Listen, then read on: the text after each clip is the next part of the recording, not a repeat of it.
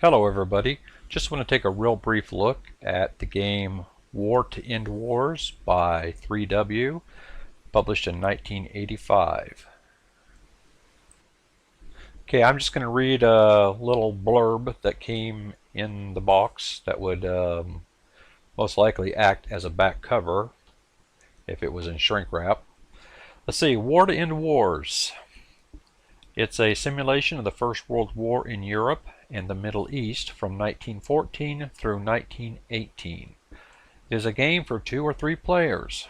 One player controls all the armies of the Central Powers, Germany, Austria, Hungary, and Turkey. In a 2-player game, the second player controls the armies of the Entente Powers, everybody else. In a 3-player game, the third player takes control of the Russian and Romanian forces, allied with the Entente player. See, War to End Wars includes rules covering tactical and strategic movement and amphibious invasion, combat, supply, submarine warfare, national morale, production, activation of neutral countries, and optional rules for change in initiative and the use of the Austrian Navy. All nations which participated in the First World War in the European and the Middle Eastern theaters of operations are included in the game. Combat units include infantry, tank, and Stoßtruppen. War to End Wars consists of a map sheet, 200 die-cut counters, a set of rules, a status sheet, and a set of tables. I have bought mine used, and I believe it's all there. There's not a whole lot to the game, so I'm pretty sure that I got a complete game. So we'll take a look at the actual components here in just a moment. Okay, I just want to add a couple things. The rules say that the game was printed in 1986, and the map says the game was printed in, or the map sheet was printed in 1985, so take your pick. The complexity is at the lower end of average wargame complexity with simple, easily learned mechanics, but plenty of depth to the game and a high level of play interest. And we have a playing time quoted at 2 to 4 hours. Alright, before you see the rule booklet. It's 8 pages long, however the last 2 pages basically, this here is a status sheet that you use to record various information, and then we just have an advertisement for other 3W magazines. We have what looks like here some combat tables, that type of thing. I don't know if this is in focus or if you can read it or not, but there you have the rules basically. It uses a case-like system, typical for its era, or at least this company's era.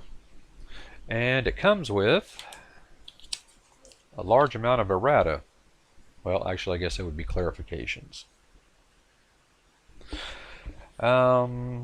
They're not much to them. However, just by glancing at the rules, I can see several places where there is some grammatical errors and such, but that's also kind of typical of this company in that time frame. Okay, here's a close-up of the counters. There is 200 of them, and they are printed with a glossy coating. Let's see, what's the numerical number is the number of strength points that unit has.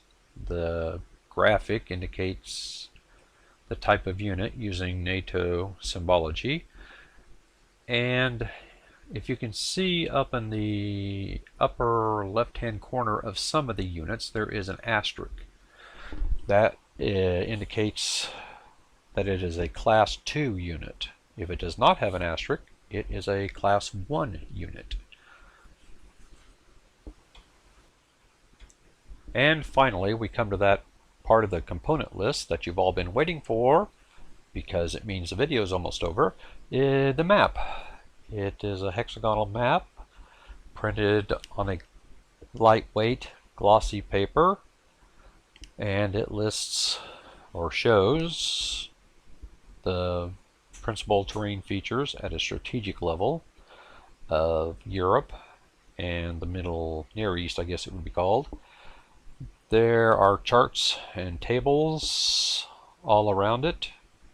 Your standard turn tracks, morale tracks, terrain key, let's see, turn sequence, terrain effects charts, that type of stuff. That's pretty much all there is to that. I'll try to get a close-up here, but things will probably go wrong.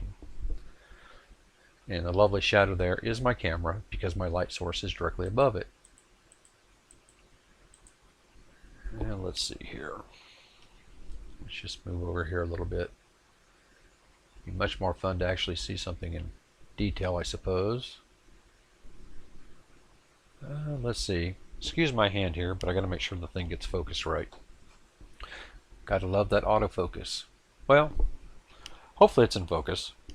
At least enough to make out some of the terrain features and stuff. I know there's a glare, but as I said, I apologize for that.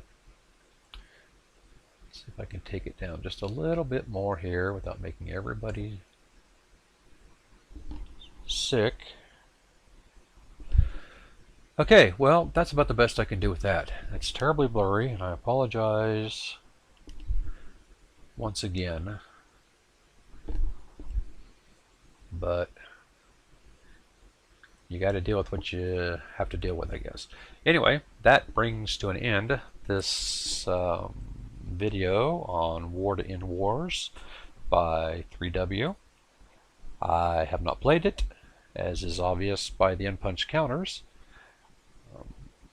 So with that, I shall end the video, and I